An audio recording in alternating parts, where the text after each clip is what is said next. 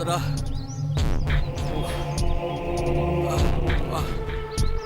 ஈஸ்வரா. என்ன ஓய் சம்பூர்ணம், என்னவாயிற்று? நடக்க முடியவில்லையா?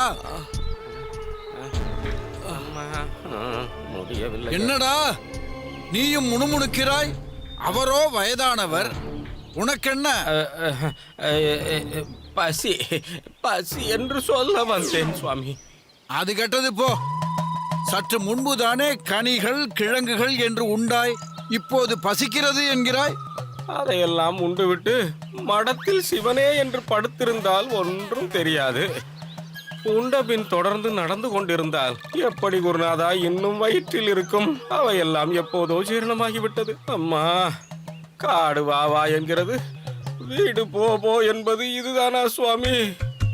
வரும்போது குரங்கிடம் இருந்து பிடுங்கி சாப்பிட்டீர்களே, அது என்ன? மாங்காய், அதுவும் ஜீரணமாகிவிட்டதா? ஓ, அது வேறு நடந்திருக்கிறதா? என்னால் சிரிக்க கூட முடியவில்லை. அவசியம் கொஞ்சமாவது ஜலம் அருந்த வேண்டும். சற்று சிரம பரிகாரமும் செய்ய வேண்டும். இல்லையேல் நடப்பது நிச்சயம் கடினம்தான். ஆம் குருநாதா, எனக்கும் அப்படித்தான் இருக்கிறது. ஆசுவாசப்படுத்திக் கொண்டு பிறகு புறப்படலாமே. ஆசுவாசப்படுத்திக் கொள்வதா? இன்னும் 2 காத தூரம் சென்றால் பத்மாலகர் ஆசிரமம் என்று ஒன்று இருக்கிறது. அதில் தங்கலாம் என்று எண்ணி இருக்கிறேன். 2 காதமா? ஐயோ, பசியால் என் காதுகள் 2 அடைத்துக் கொண்டு விடும் குருநாதா. பாருங்கள், தங்கள் முகமே வாட்டமாகத்தான் தெரிகிறது. எனவே தாங்களும் ஓய்வெடுத்துக் கொள்ள வேண்டியதுதான். அதெல்லாம் ஒன்றும் இல்லை. நான் இன்னும் 4 காத தூரம் கூட நடப்பேன். ஆங்காங்கே ஆசுவாசப்படுத்திக் கொண்டு நடந்தால் பிறகு இருட்டு கவ்விவிடும். மற்றவர்களால் இருட்டில் நடக்க முடியுமா? அதுவும் பயம் இல்லாமல். ஓ, நடப்போம் குருநாதா, எங்களுக்கு பயமேதும் இல்லை. உங்கள் தைரியத்தை முன்பே கண்டிருக்கிறேனே. பிரம்ம ரட்சஸை அடக்க முன்னே வந்து நின்றீர்களே, அதை மறக்க முடியுமா? இவரது மூட்டையையும் அடியேனே சுமந்து வருகிறேன் குருநாதா. தாங்கள் குறிப்பிட்ட இடத்திற்கே சென்று விடலாம். குருநாதா, நமது சம்பூர்ணம் கூட மிகவும் தாகமாக இருக்கிறது என்கிறார். தற்போது ஜலம் வேறு கையிருப்பில் இல்லை. எங்கிருந்தாவது கொண்டு வந்தாக வேண்டும் குருநாதா. சுவாமி, என்ன ராமானுஜா? உடலை வருத்தி இவர்களை அலக்கழிக்க வேண்டாம் என்று தோன்றுகிறது சுவாமி. ஜலம் பருகுவதற்கு நிச்சயம் ஏதாவது ஏற்பாடு செய்ய வேண்டும். நீ சொல்வதும் சரிதான். பொழுது நன்கு சாய்வதற்குள் இங்கேயே ஒரு கூடாரம் அமைத்து விட முடியுமா? தாராளமாக அமைத்து விடலாம் சுவாமி. அப்படியானால் சரி. ராமானுஜா, நீயும் கோவிந்தனும் மற்ற மாணவர்களோடு சேர்ந்து கூடாரம் அமைத்து விடுங்கள். கைலாசம், உன் பசி சீக்கிரமாக ஆற வேண்டும் என்றால் சில விறகுகளை கொண்டு வா. இதோ ஒரு நொடியில் வந்து விடுகிறேன் குருநாதா. மார்த்தாண்டா, நீ ஒரு மாணவனை துணைக்கு அழைத்துக் கொண்டு அருகில் உள்ள சுனையிலிருந்து ஜலம் கொண்டு வா. பருகுவதற்கும் வேண்டும், உணவு சமைக்கவும் வேண்டும். அதற்கு தகுந்தாற்போல் பாத்திரத்தையும் எடுத்துப்போ. உத்தரவு குருநாதா. சரி, அவரவர் அவர்களது வேலையை தொடங்குங்கள். சம்பூர்ணம், சற்று இம்மரத்தடியில் அமர்ந்து ஓய்வு எடும். ஜலம் வந்ததும் பருகலாம். நான் அதற்குள் இங்கு ஒரு சுற்று சுற்றி துஷ்ட மிருகங்களின் நடமாட்டம் ஏதும் இல்லாமல் இருக்கிறதா என்று பார்த்துவிட்டு வருகிறேன்.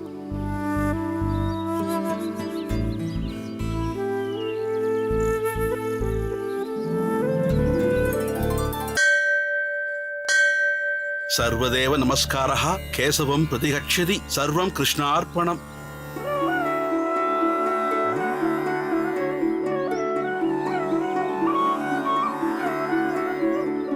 வந்தனம் பட்டரே. வந்தனம். என்ன ஆச்சரியமாக இருக்கிறதே, அடியேன் காண்பது நிஜம்தானா? இதில் ஆச்சரியத்திற்கு என்ன இருக்கிறது குரேசா? அதே கோவில், அதே ஆதிகேசவ பெருமாள். வாஸ்தவம்தான். ஆனால் பட்டர் சுவாமிகளை வெகு நாட்கள் கழித்து இங்கு காண்கிறேன். அந்த ஆச்சரியத்தை தான் சொன்னேன். ஓ, அதை கேட்கிறாயா? பக்கத்தில் திருமால்புரத்தில் தான் இருந்தேன். சில மாதங்கள் அங்கு கைங்கரியம் செய்ய அழைத்திருந்தார்கள். மிகவும் வேண்டப்பட்டவர்கள் அழைத்திருந்ததால் அங்கு சென்றிருந்தேன். இருப்பினும் நம் ஆதிகேசவனை பிரிந்து அதிக நாட்கள் இருக்க முடியவில்லை. உடனே புறப்பட்டு யதாஸ்தானத்திற்கு வந்து விட்டேன். மிக்க சந்தோஷம். எப்படியோ ஆதிகேசவன் தங்களை மீண்டும் தன் இடத்திற்கே வரவழைத்து விட்டான். சென்ற முறை திருக்கட்சி நம்பிகள் நம் சன்னதிக்கு வந்திருந்த போது வாஞ்சையோடு தங்களை பற்றி விசாரித்துவிட்டு சென்றார். ஓஹோ, அப்படியா? அது சரி குரேசா, உன்னால் மட்டும் எப்படி இப்படியெல்லாம் இருக்க முடிகிறது? சுவாமி, தாங்கள் எதை பற்றி கூறுகிறீர்கள்? இல்லை, தனி மனித சாதனையிலும் சரி, பல செயற்கரிய செயல்களை செய்து முடித்த போதும் சரி, அகங்காரம் என்பதன் சிறு சுவடு கூட உன்னிடம் தென்படுவதில்லையே, அதைத்தான் கேட்டேன். அடியேனுக்கென்று ஒரு தனி பெருமை கிடையாது. எல்லாம் அடியனின் ஆசான் ராமானுஜருக்கே உரித்தானது. அவரிடத்தில் இல்லாத வினயமா அடியனிடத்தில் இருக்கப் போகிறது? அவருடைய திருநோக்கம் அடியேன் மீது விழுந்திருப்பதால் இந்த நாருக்கும் அப்பூவின் வாசம் சற்று கிட்டியிருக்கக்கூடும். அவ்வளவே. வினயத்திற்கும் அவரே அடியேனின் ஆசான். பார்த்தாயா, வினயம் என்னும் தன்னடக்கம் உன்னிடம் மீண்டும் பிரதிபலிக்கிறது. உன் ராமானுஜனும் சரி, நீயும் சரி, இருவருமே ஒரே மாலையில் கோர்க்கப்பட்ட இரு வாசமிகு மலர்கள். இப்படியும் வைத்துக் கொள்ளலாம். எல்லா சிஷ்யர்களுமே தன் ஆசானிடத்தில் நிரம்பியிருக்கும் அனைத்து நற்குணங்களையும் ஸ்வீகரித்து விடுவதில்லை.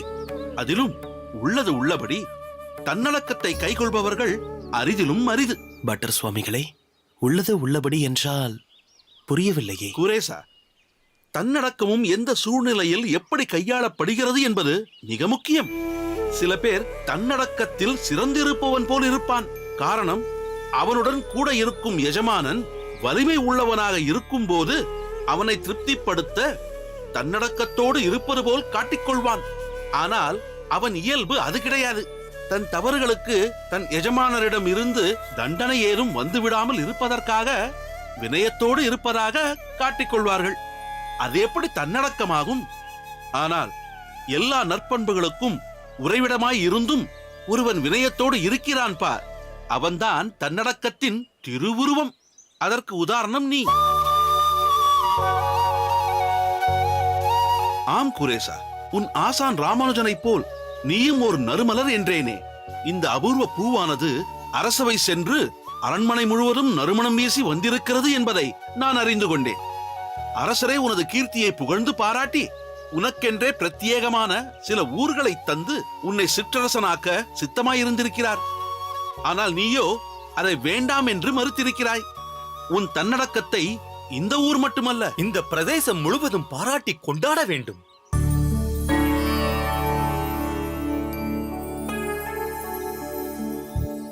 தங்கள் இருவருக்கும் இந்த சிறியேனின் சிரம்தாழ்ந்த வந்தனங்கள். வந்தனம். கூரேசரே, இந்த கடைப்பட்ட பதரை தாங்கள்தான் மன்னிக்க வேண்டும். அன்று அரசவையில் எல்லோர் முன்னிலையிலுமே தங்கள் பாதம் பணிந்திருக்க வேண்டும். இந்த முட்டாள் அதை செய்யவில்லை. காலம் கடந்தாலும் இந்த பாதகனின் செயலை மன்னித்தருள வேண்டும். மன்னியுங்கள். என்ன காரியம் செய்தீர்கள்? கோயில் சன்னிதானத்தில், அதுவும் இந்த சாதாரணமானவன் கால்களில் தாங்கள் விழலாமா? எப்படி பார்த்தாலும் இது முறையாகாது. குரேசா, யார் இவர்? ஏன் இவர் இப்படி நடந்து கொள்கிறார்? சுவாமி, அடியேன் அரசவைக்கு சென்றிருந்தேன் அல்லவா? அந்த அரண்மனையின் பிரதானி இவர்.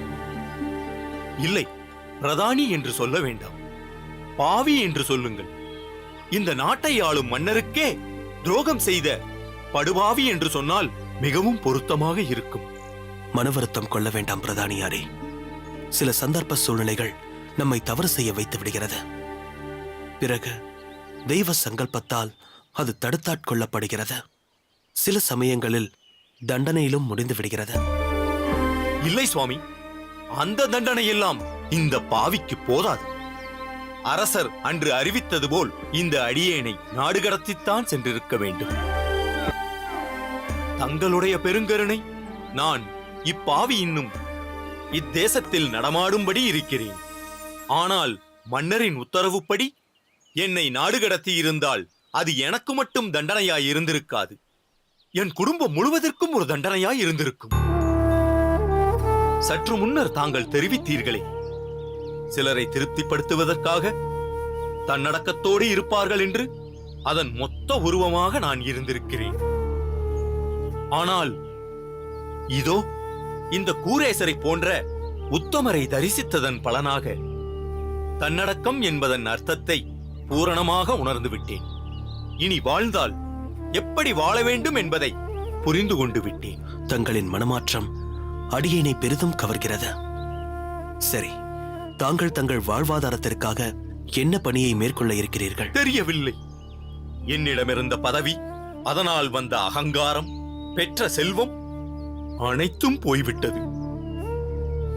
வாழ்க்கையின் யதார்த்தம் என்ன, சுகபோகங்களின் நிலை என்ன, பேராசையின் விபரீதம் என்ன என்பதையெல்லாம் அந்த ஆதிகேசவன் தகுந்த தண்டனை மூலம் எனக்கு உணர்த்தி விட்டான்.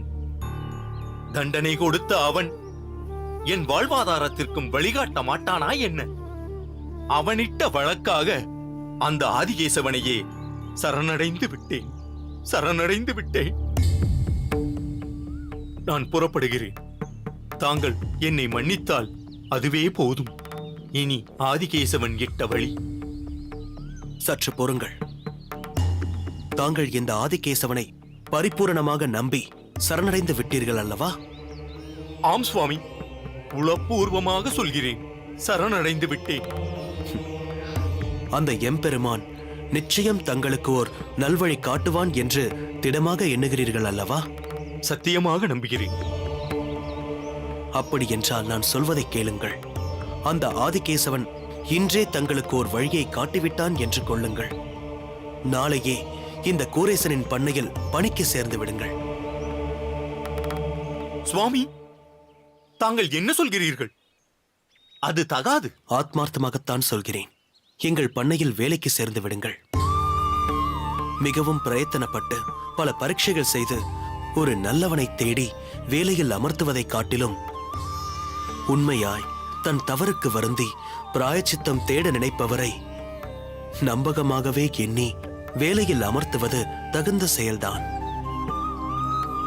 அடியேனால் தங்களின் பதவி பறிபோனது. பிறகு அது அடியேனாலேயே ஒரு வேலையில் தாங்கள் சேர்ந்ததாக இருக்கட்டும். நாளையே பண்ணை வந்து விடுங்கள். மன்னர் அளவிற்கு அடியேனால் தங்களுக்கு ஊதியத் தொகை அளிக்க முடியாவிட்டாலும் ஏதோ தங்களுடைய ஜீவனோபாயத்திற்கு வழி செய்யவே தங்களை இங்கு பணி செய்ய அழைக்கிறேன். சுவாமி, வியப்பாலும் வெட்கத்தாலும் அடியேனுக்கு பேச்சு வர மறுக்கிறது.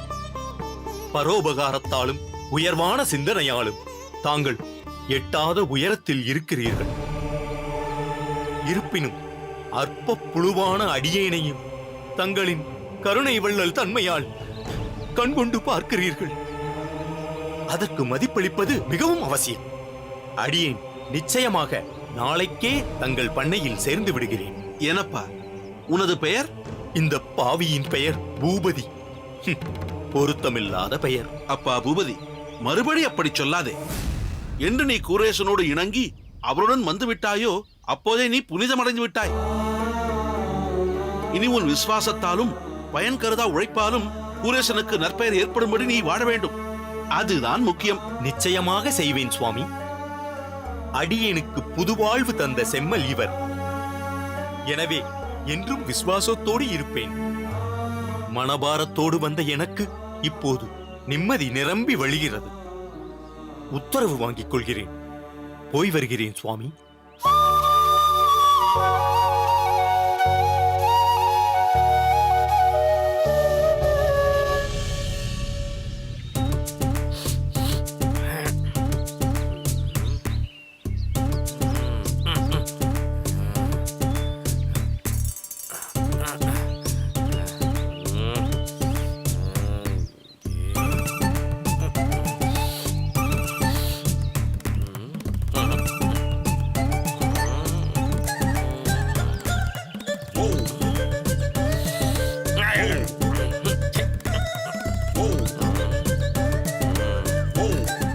என்ன கைலாசம், என்ன ஆராய்ச்சியில் இருக்கிறாய்? வாரும் போய். ஆராய்ச்சி எல்லாம் ஒன்றுமில்லை. வயிறு புடைக்க புசித்தாகிவிட்டது. அப்படி இப்படி உருள வேண்டும் போல் இருக்கிறது. அது எதற்கு? ஏதாவது வேண்டுதலா? ஓய், உண்டது செரிமானமாக வேண்டாமா? நீ இச்செடிகளை எதற்கு இம்சிக்க வேண்டும்? அப்படியே பார்த்தாலும் இங்கு வெற்றிலை கொடி எதுவும் இல்லையே. கிடைத்து விட்டதே. நான் தேடியது கிடைத்து விட்டது. வெற்றிலை கிடைக்காத போது இதை மென்றால் உடனே செரிமானமாகி விடுமாம். என் சிற்றப்பா சொல்லுவார், இந்த தாம்பூலவல்லியின் ஒரு இலை 10 வெற்றிலைக்கு சமம் என்று. ஓ, என்னப்பா நீ பேசியபடியே வாயில் போட்டு கொண்டு விட்டாயே. அது நிச்சயமாக நீ சொன்ன இலைதானா? அது வேறு காட்டுச் செடியாக இருக்கப் போகிறது. விழும், சற்று மூச்சு விடும். ஏன் இப்படி பதறுகிறீர்? அட, பதற்றப்படாமல் எப்படி இருப்பது? உனக்கோ காசியில் மிகப்பெரிய பணி காத்திருக்கிறது.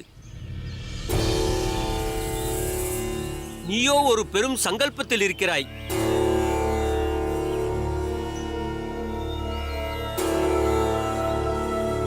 அந்த ராமானுஜனின் கதையை காசியில் கங்கை பிரவாகத்தில் எப்படியாவது முடித்துவிட வேண்டும் என்று இருக்கிறாயே.